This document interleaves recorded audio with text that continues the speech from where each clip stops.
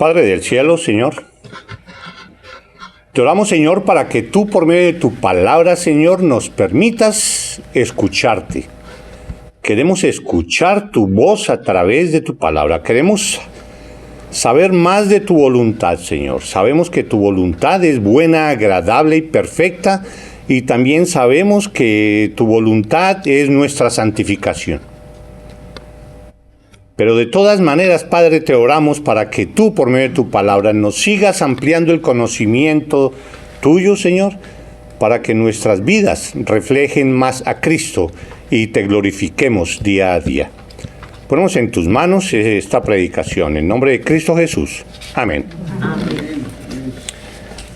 Vamos a leer Hechos, capítulo 6, del 1 al 7. El tema de la predicación de hoy se llama la organización de la iglesia. Hechos, capítulo 6, del 1 al 7, dice así. En aquellos días, como creciera el número de los discípulos, hubo murmuración de los griegos contra los hebreos, de que las viudas de aquellos eran desatendidas en la distribución diaria. Entonces los 12 convocaron a la multitud de los discípulos y dijeron: no es justo que nosotros dejemos la palabra de Dios para servir a las mesas. Buscad pues, hermanos, de entre vosotros a 7 varones de buen testimonio, llenos del Espíritu Santo y de sabiduría, a quienes encarguemos de este trabajo. Y nosotros persistiremos en la oración y en el ministerio de la palabra. Agradó la propuesta a toda la multitud y eligieron a Esteban, varón lleno de fe y del Espíritu Santo, a Felipe, a Prócoro, a Nicanor, a Timón, a Parmenas y a Nicolás, prosélito de Antioquía, a los cuales presentaron ante los apóstoles, quienes orando les impusieron las manos. Y crecía la palabra del Señor, y el número de los discípulos se multiplicaba grandemente en Jerusalén. También muchos de los sacerdotes obedecían a la fe.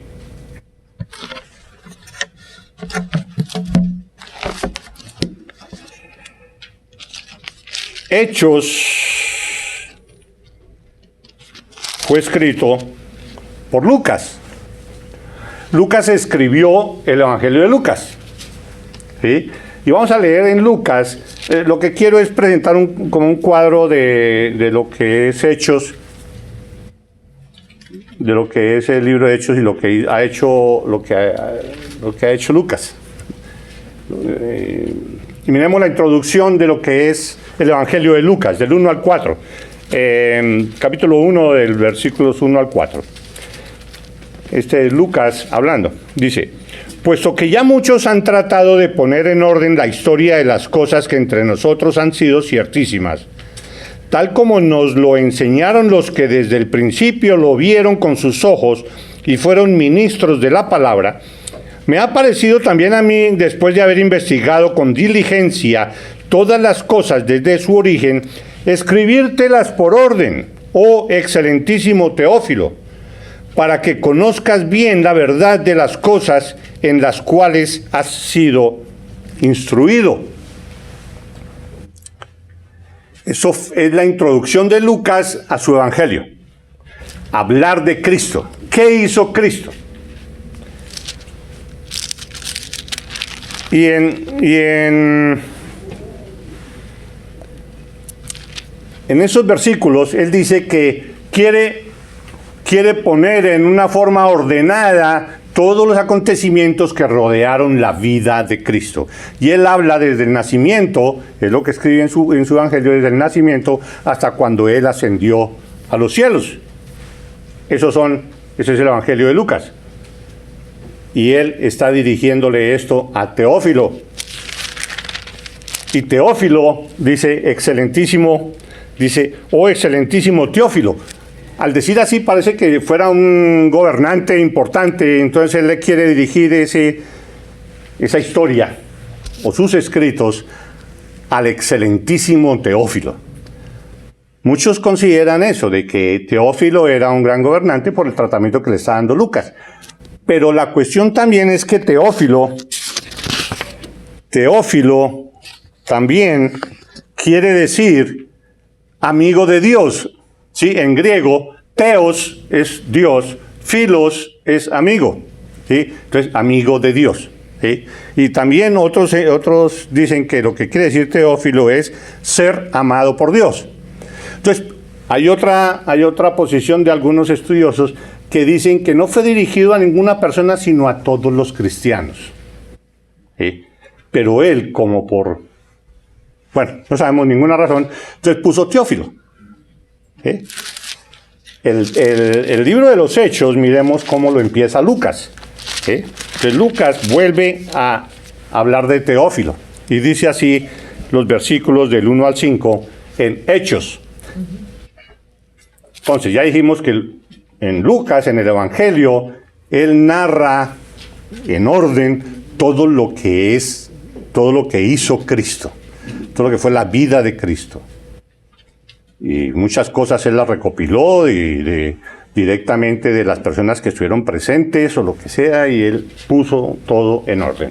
Ahora dice, en el primer tratado, oh Teófilo, hablé acerca de todas las cosas que Jesús comenzó a hacer y a enseñar, hasta el día en que fue recibido arriba, después de haber dado mandamientos por el Espíritu Santo a los apóstoles que había escogido, a quienes también, después de haber padecido, se presentó vivo con muchas pruebas indubitables, apareciéndoseles durante 40 días y hablándoles acerca del reino de Dios.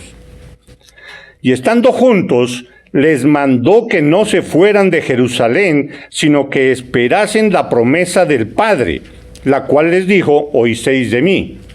Porque Juan ciertamente bautizó con agua, mas vosotros seréis bautizados con el Espíritu Santo dentro de no muchos días. Esa es la introducción del libro de Hechos. Dice, bueno, ya escribió esta parte sobre Jesús. Ahora va a seguir presentando los hechos que continuaron a esa ascensión de Cristo, ya cómo siguió la iglesia sin la presencia de Cristo. Hablábamos anteriormente de que el libro se llama Hechos de los Apóstoles, pero que se ha debido llamar Hechos del Espíritu Santo, porque es la forma como el Espíritu Santo usó a los apóstoles y a los discípulos para dar inicio a ese movimiento, a esa organización que es la iglesia, y cómo conmovió al mundo, cómo transformó al mundo. Lucas entonces escribe sobre cómo se fue dando la vida de la iglesia. Empieza a decir eso en Hechos. Guiada por el Espíritu Santo. ¿Y cuáles deberían ser sus características? Es lo que hemos visto hasta ahora en los primeros capítulos. ¿Sí? Y dentro de lo que se relata ahí en los primeros 5 capítulos, de las características de la iglesia, se ve que debe ser una iglesia santa. Ahí no se aceptan mentiras ni hipocresía. ¿Recuerdan con el pasaje de Ananías y Zafira? La iglesia debe ser unida, debe ser una iglesia con poder, dado por el Espíritu Santo. Una iglesia que perseveraba en la doctrina de los apóstoles, en la comunión unos con otros, en el partimiento del pan y en las oraciones, tal como lo dice en Hechos 2:42. Esas son las 4 actividades principales de la iglesia. Es muy importante que tengamos eso claro. ¿Qué es la iglesia? ¿Qué es lo que debe hacer la iglesia? ¿Cuál es su papel principal? Aquí la que estamos viendo en Hechos. Dice, perseverar en la doctrina de los apóstoles, en la comunión unos con otros. No hay iglesia sin comunión unos con otros. En el partimiento del pan y en las oraciones. Son 4 cosas básicas que debe tener toda iglesia. Adicionalmente, el libro de Hechos también relata la vida de grandes hombres entregados al Señor Jesús. ¿Sí? Y la vida de esos grandes hombres que se relatan en Hechos, pues son Esteban, Pedro, Pablo y otros. Habla de algunos otros, pero principalmente, digamos, de ellos 3. Y Lucas relata cómo el Espíritu Santo los transformó a ellos, a cada uno de ellos, y los usó para el engrandecimiento del reino de Dios, para el establecimiento de la iglesia. Algunos dicen que si el libro de los Hechos tuviera un capítulo 29, o mejor, Hechos tiene 28 capítulos. Dicen que el capítulo 29 de Hechos es la historia de nuestra iglesia actualmente. Y seguro que de los personajes de los cuales se podría hablar Lucas, si estuviera relatando la historia de hoy, pues resaltaría personajes, no solo de Esteban, Pedro, Pablo, Felipe, sino la historia tuya. La historia tuya como un paladín del cristianismo, como una muestra del poder del Espíritu Santo por medio tuyo en la iglesia.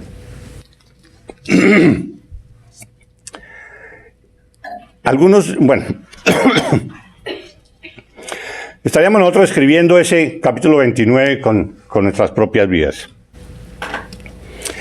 Y al comparar algo que lo estábamos viendo hace un rato en la clase, los cristianos de hoy en día estamos creciendo espiritualmente, predicamos con mayor denuedo de lo que hemos visto como predicaban los apóstoles en ese momento. Estamos predicando con mayor denuedo ya que tenemos más conocimiento y más experiencia y hemos visto mucho más cómo Dios ha actuado en toda la sociedad a través de estos 2000 años. Estaríamos predicando mucho mejor, pues ya que hay muchos más medios y facilidades para hablar la palabra. Seguramente. Y de eso sería el capítulo 29 de Hechos. Ahora, en el pasaje de hoy, que acabamos de leer, Lucas habla sobre cómo se fueron dando los primeros pasos organizativos de la iglesia. O sea, los primeros elementos de su estructura organizativa. ¿Sí? Alguien dijo en una ocasión que los cristianos llegan a ser no cristianos, o se desvían del cristianismo, cuando empiezan a tener organizaciones. Cuando se le mete la parte de la organización de la iglesia, se presentan tal cantidad de ideas y de cosas que se vuelve eso lo principal, la organización como tal, en lugar de la iglesia de Cristo, que se dedicaba a lo que leímos: perseverar en la doctrina de los apóstoles, en la comunión unos con otros, en el partimiento del pan y en las oraciones. Se desvía cuando se le mete el concepto de organización. Entonces, ese concepto tiene dos extremos de lo de la organización de la iglesia. Tiene dos extremos. Unos sostienen que la iglesia debe rechazar cualquier estructura organizativa y dejar que la misma iglesia fluya y todo se haga de acuerdo a lo que el Espíritu Santo muestra en cada momento. Sí, y así estuvimos nosotros en una iglesia, que me acuerdo cuando estuvimos por allá en El Salvador.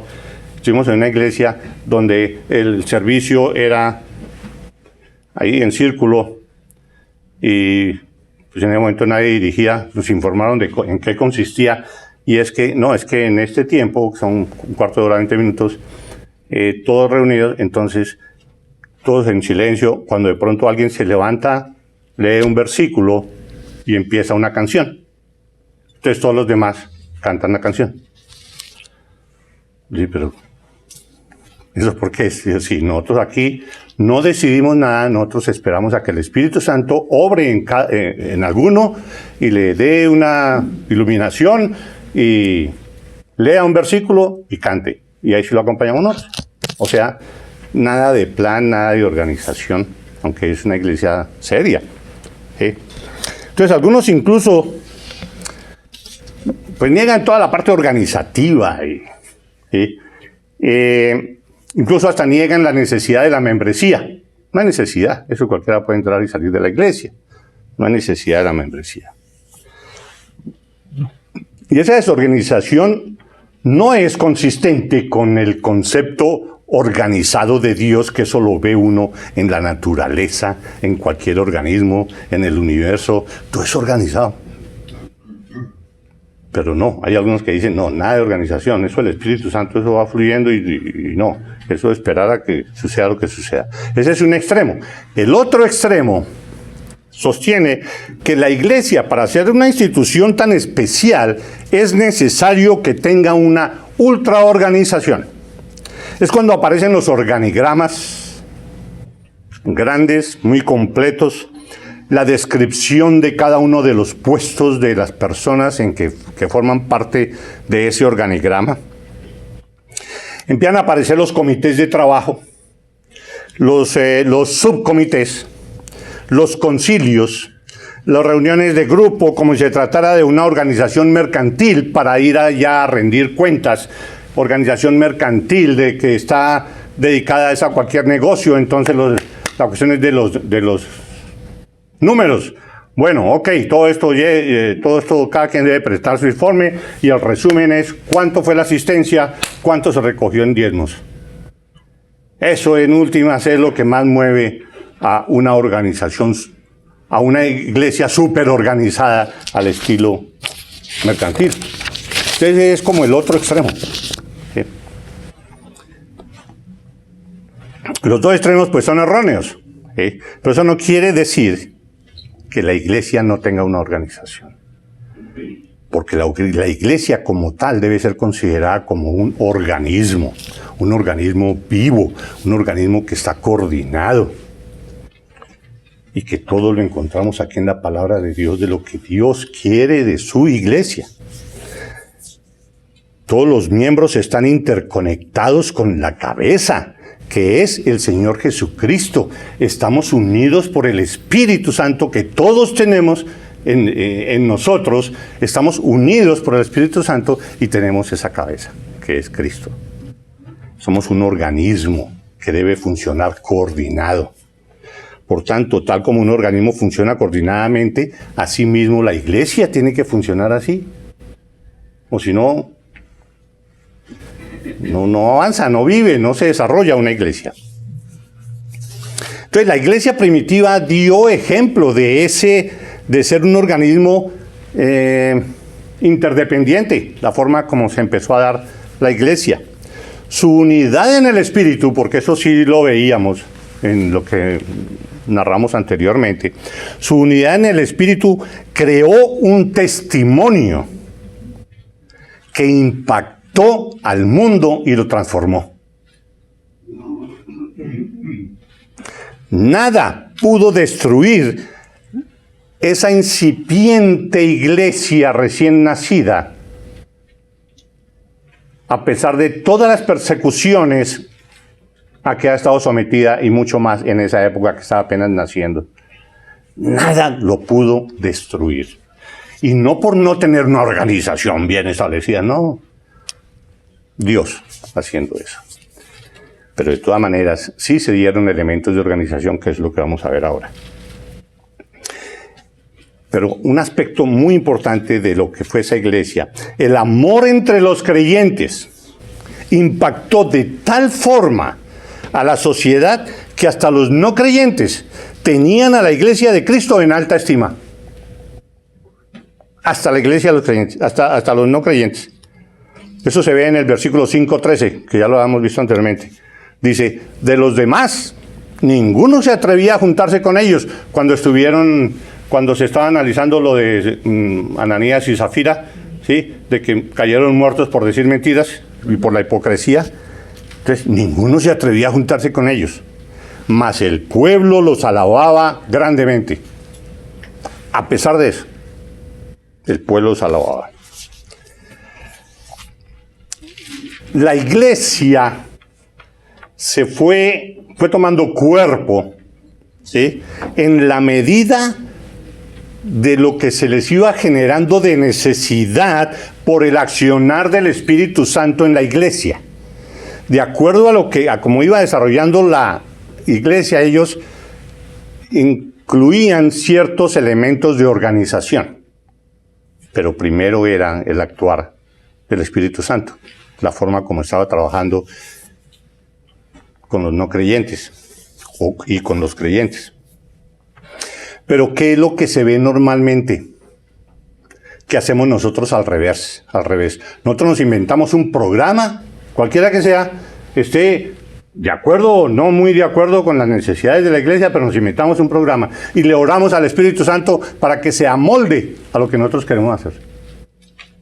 En lugar de ver, detectar cómo es que está obrando el Espíritu Santo en la iglesia, para ahí sí implementar la organización que eso va requiriendo. Porque eso es como ensillar las bestias antes de tenerla. Es hacer las cosas al revés. La organización no es un fin en sí misma, ¿sí? Sino es un medio para facilitar la organización de la iglesia, es un medio para facilitar lo que el Señor está haciendo en y por medio de su iglesia. Bueno, ese es el tema general de lo de la iglesia, y para nosotros hoy en día ese es un tema supremamente importante que cada uno de nosotros tenemos que mirar y revisar. ¿Estamos nosotros haciendo iglesia? O como alguien decía, o estamos jugando a la iglesia. ¿Somos apenas un club? ¿O hay algunas iglesias que son como un club? Y otras pues que no hacen casi nada. Se ha perdido el concepto de lo que es la iglesia, que es lo que estamos viendo a través de todos estos capítulos de Hechos. Entonces lo que relata Lucas en los primeros 7 versículos de Hechos, capítulo 6, que fueron los que leímos, es la primera crisis organizacional, por decirlo así, que enfrentó la iglesia. Empezó la iglesia a formarse, los apóstoles haciendo el trabajo, ciñéndose a los principios que estábamos diciendo. Nuestro objetivo es perseverar en la doctrina, o sea, enseñar, estudiar la palabra, en la comunión unos con otros, en el partimiento del pan y en las oraciones, ellos concentrados en eso.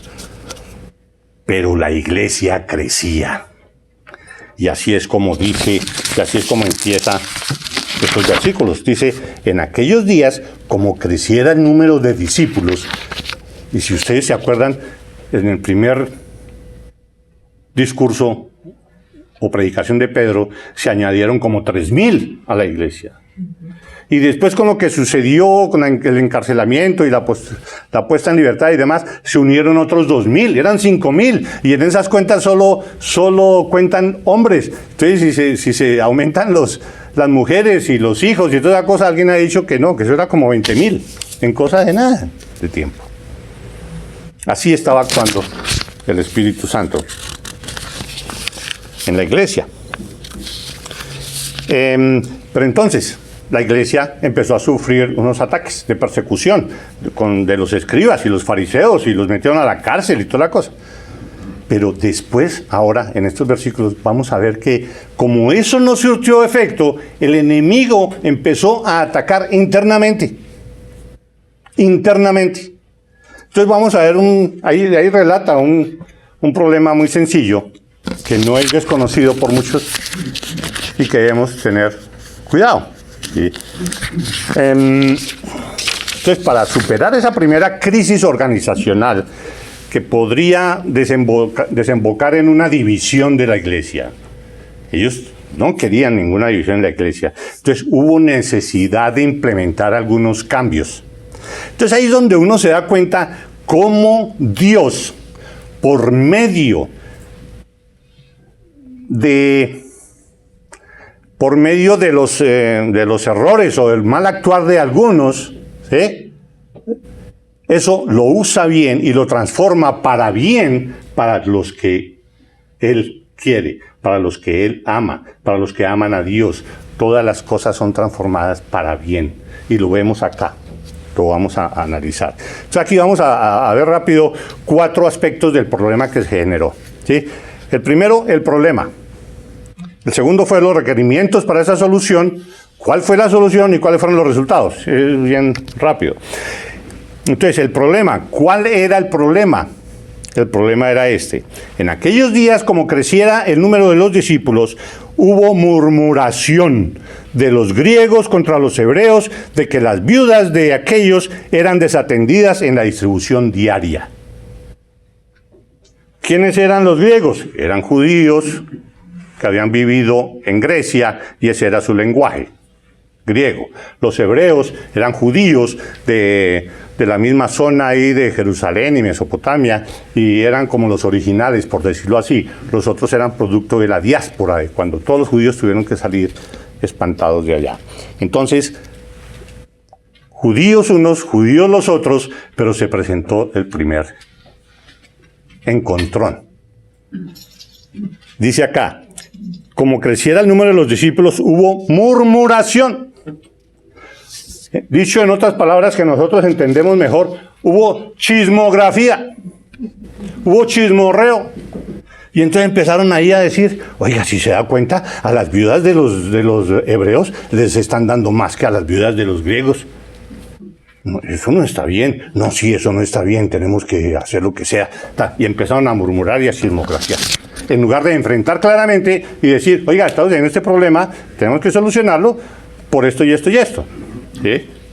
Entonces, como estaba creciendo tanto el número de los discípulos y uno de los programas de la iglesia era atender a las viudas, y eso es una costumbre de los judíos, ellos por sus leyes y sus costumbres, a las viudas las defendían mucho y les suministraban soporte. No solo los cristianos, no, los judíos en general.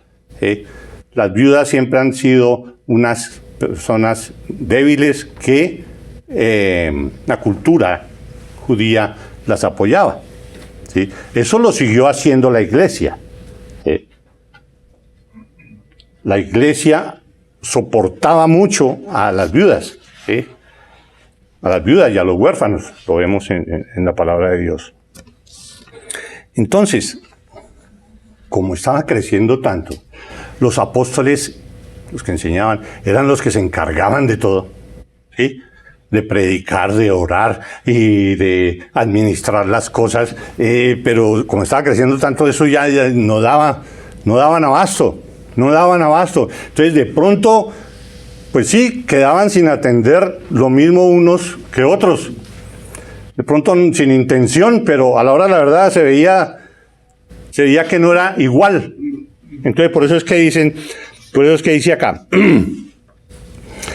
de que las viudas de aquellos, o sea, de los griegos, eran desatendidas en la distribución diaria de alimentos y satisfacción de necesidades. Entonces, los 12 apóstoles convocaron al resto de los discípulos y dijeron, no es justo que nosotros dejemos la palabra de Dios para servir a las mesas. Entonces, esto debemos entenderlo claramente. Cuando ellos dicen, no es justo, no quiere decir, no, pero nosotros nos toca hacer todo, no, imposible, no, nosotros ya estamos hasta acá, no, ayúdennos. No, ellos lo que están diciendo es que eso que estamos haciendo en realidad no es correcto, porque lo que nosotros tenemos que hacer es eso que dijimos de predicar la palabra de Dios y atender la oración. Entonces no es correcto que descuidemos esto por estar sirviendo a las mesas, como dice acá. Pero el término de servir a las mesas no era exactamente recibir aquí el plato y llevarlo a la mesa donde estaban sentadas las viudas o lo que sea.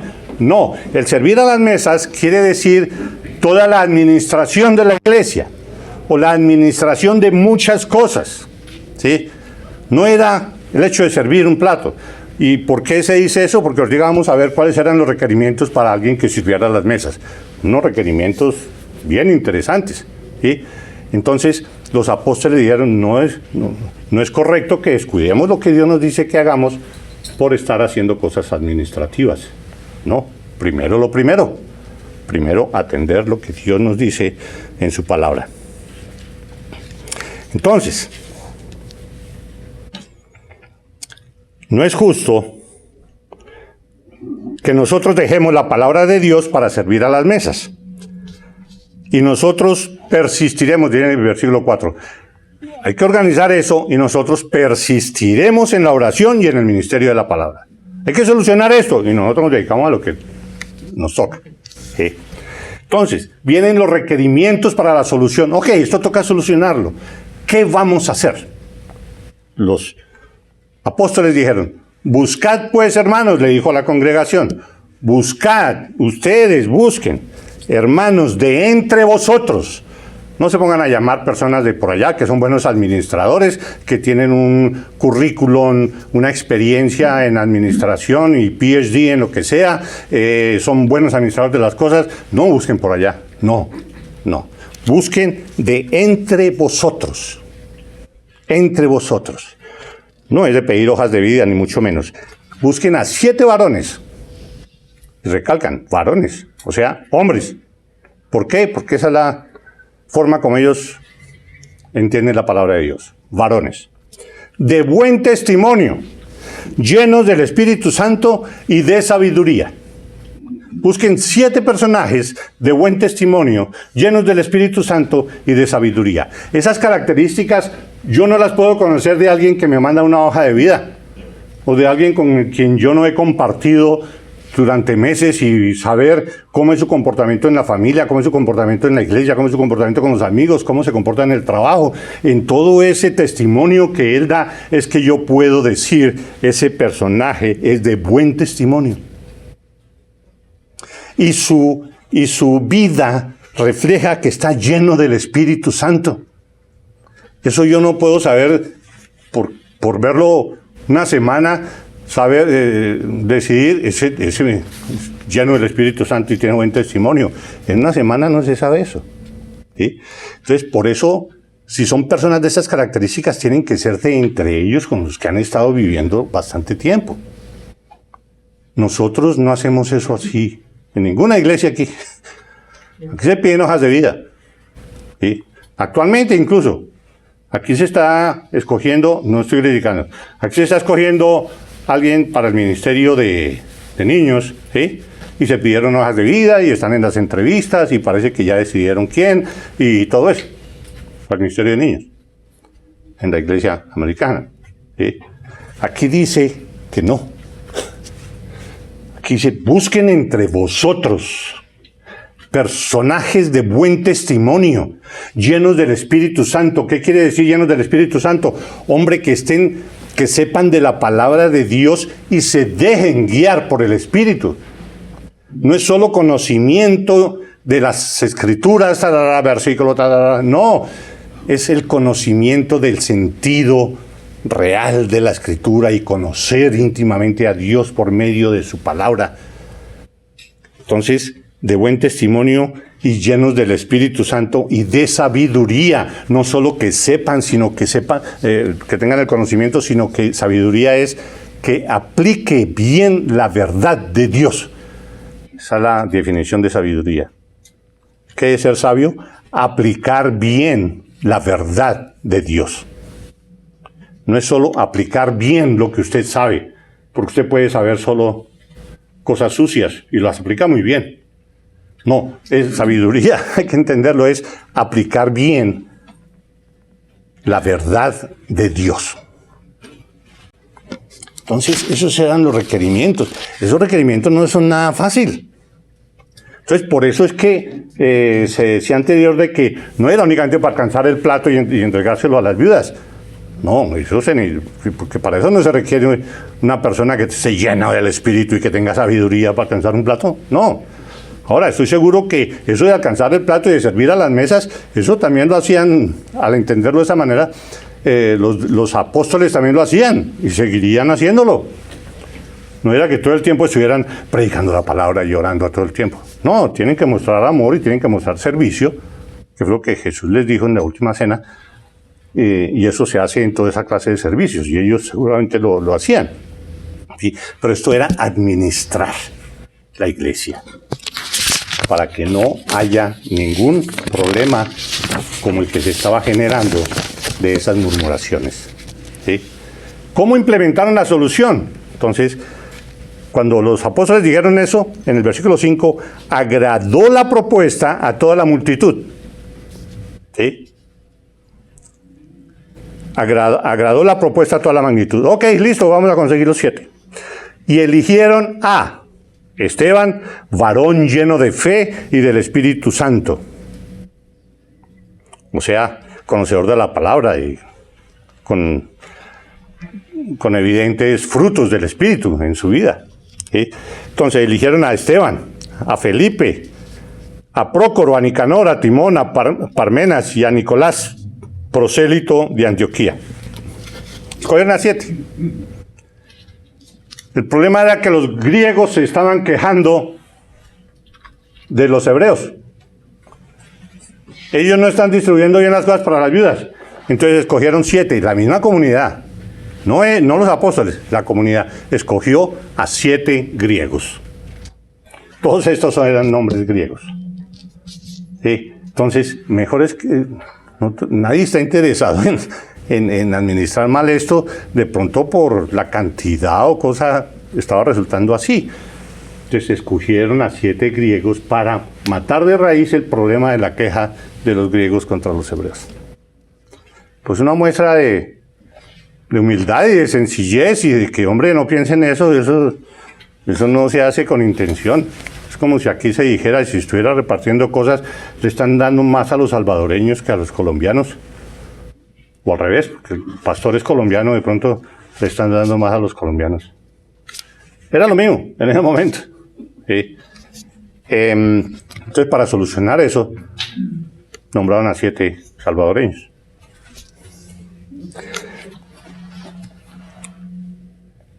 Entonces, escogieron a esos 7 y los presentaron a los apóstoles.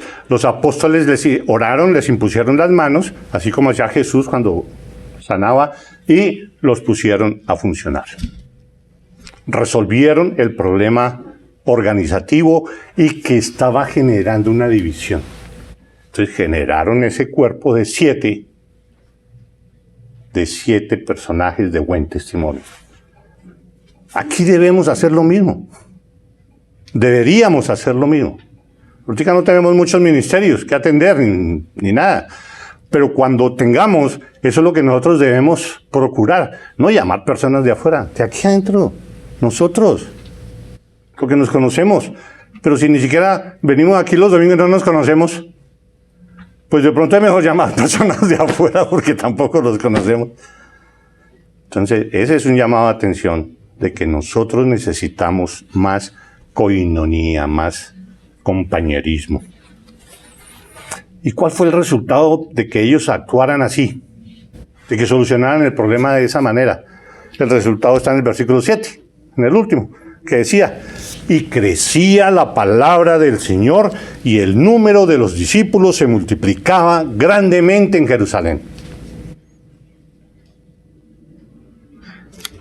Resultado espectacular, un resultado muy bueno, ¿sí? Por ser humildes, reconocer que si hay algún problema, hombre, solucionémoslo así, escogieron a 7 griegos y listo. Entonces, esa es una forma en que se ve que se está generando ese problema. Hay que solucionarlo de una manera sencilla, humilde, porque está el problema. No generar todo un cuerpo administrativo para poder hacer toda esta para poder suplir todas esas necesidades, y resulta que al momento la verdad no hay ni siquiera que administrar. Pero está el ente, está el comité de comida, está cuando no hay ni que repartir. Y también es una forma de mirar eso. Lo de Romanos 8:28, que sabemos que a los que aman a Dios, todas las cosas cooperan para bien. Se está generando esta división, se resolvió así y asá, con la guía del Espíritu Santo. ¿En qué redundó? En mucho beneficio para la iglesia. Todo este problema, todo este disgusto, lo usó Dios, lo transformó para bien de la iglesia. El problema los unió más y permitió incluir en el servicio a otras personas que colaboraran en ese ministerio. Y así venía creciendo la iglesia.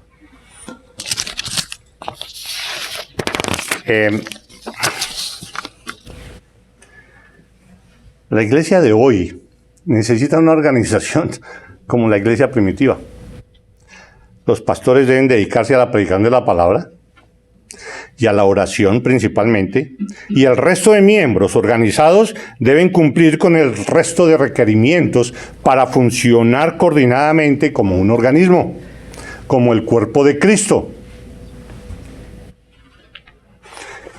Lo vamos a ver más adelante, todo ese testimonio de Esteban, de la forma como, el primero que nombran aquí en la lista, la forma como él predicaba. No es porque, como estaba ahí en ese cargo administrativo, entonces no predicaba. No quiere decir, todos nosotros tenemos la función de predicar y a todos nosotros se nos ha dado el ministerio de la reconciliación. Y ese ministerio de reconciliación es de que tú tienes que predicar la palabra de Dios, el evangelio, presentar el evangelio a cualquier persona que tengas al lado. Eso es lo que tenemos que hacer, independientemente de cualquier cosa administrativa o lo que sea. Hermanos, miremos más hacia la iglesia, hacia esta organización que Dios permitió que tuviéramos para la expansión del reino de Dios. ¿Qué está haciendo cada uno? ¿Qué estamos haciendo cada uno de nosotros en pro de eso? ¿Estoy colaborando en algo? ¿Con alguna idea? ¿Con alguna observación de algo que no está bien? Pero sin murmurar. No, nada de murmuración. Decirlo claramente, porque si no se generan divisiones. Hermanos, la tarea es que de aquí en adelante vamos a pensar más en nuestra iglesia. Y mirar qué nos hace falta. ¿Qué debemos cambiar? ¿Qué debemos mirar? ¿Qué programa es necesario que nosotros implementemos porque vemos que el Espíritu Santo está trabajando en eso, pero no tenemos nada para suplirlo? O cosas así. Entonces los animo a que oren cada uno de ustedes por la iglesia y poder desentrañar cuál debe ser el papel de esta iglesia en la que estamos nosotros en este momento y cuáles son nuestros planes y cuál es nuestra visión y hacia dónde debemos mirar. Vamos a orar. Padre del cielo, Señor Dios Todopoderoso, te damos gracias, Señor, porque sabemos que tú, por medio de tu palabra, nos enseñas, nos muestras cuál es la tarea de la iglesia, cuál es la tarea de cada uno de nosotros. Te oramos, Señor, para que tú obres en la vida de cada uno de los que estamos aquí, Señor. Y reconocer que la iglesia es la principal herramienta para la expansión del reino de Dios. Que nosotros no podemos tenerla como un juego, ni mucho menos, sino que debe ser algo activo para cumplir con los deseos y los planes de Dios. Ponemos en tus manos esta tu iglesia, Padre del cielo. Danos entendimiento, sabiduría para hacer los cambios que tengamos que hacer, Señor. Para que todo sea para alabanza y honra de tu reino. Te damos gracias, Señor, en Cristo Jesús. Amén. Amén.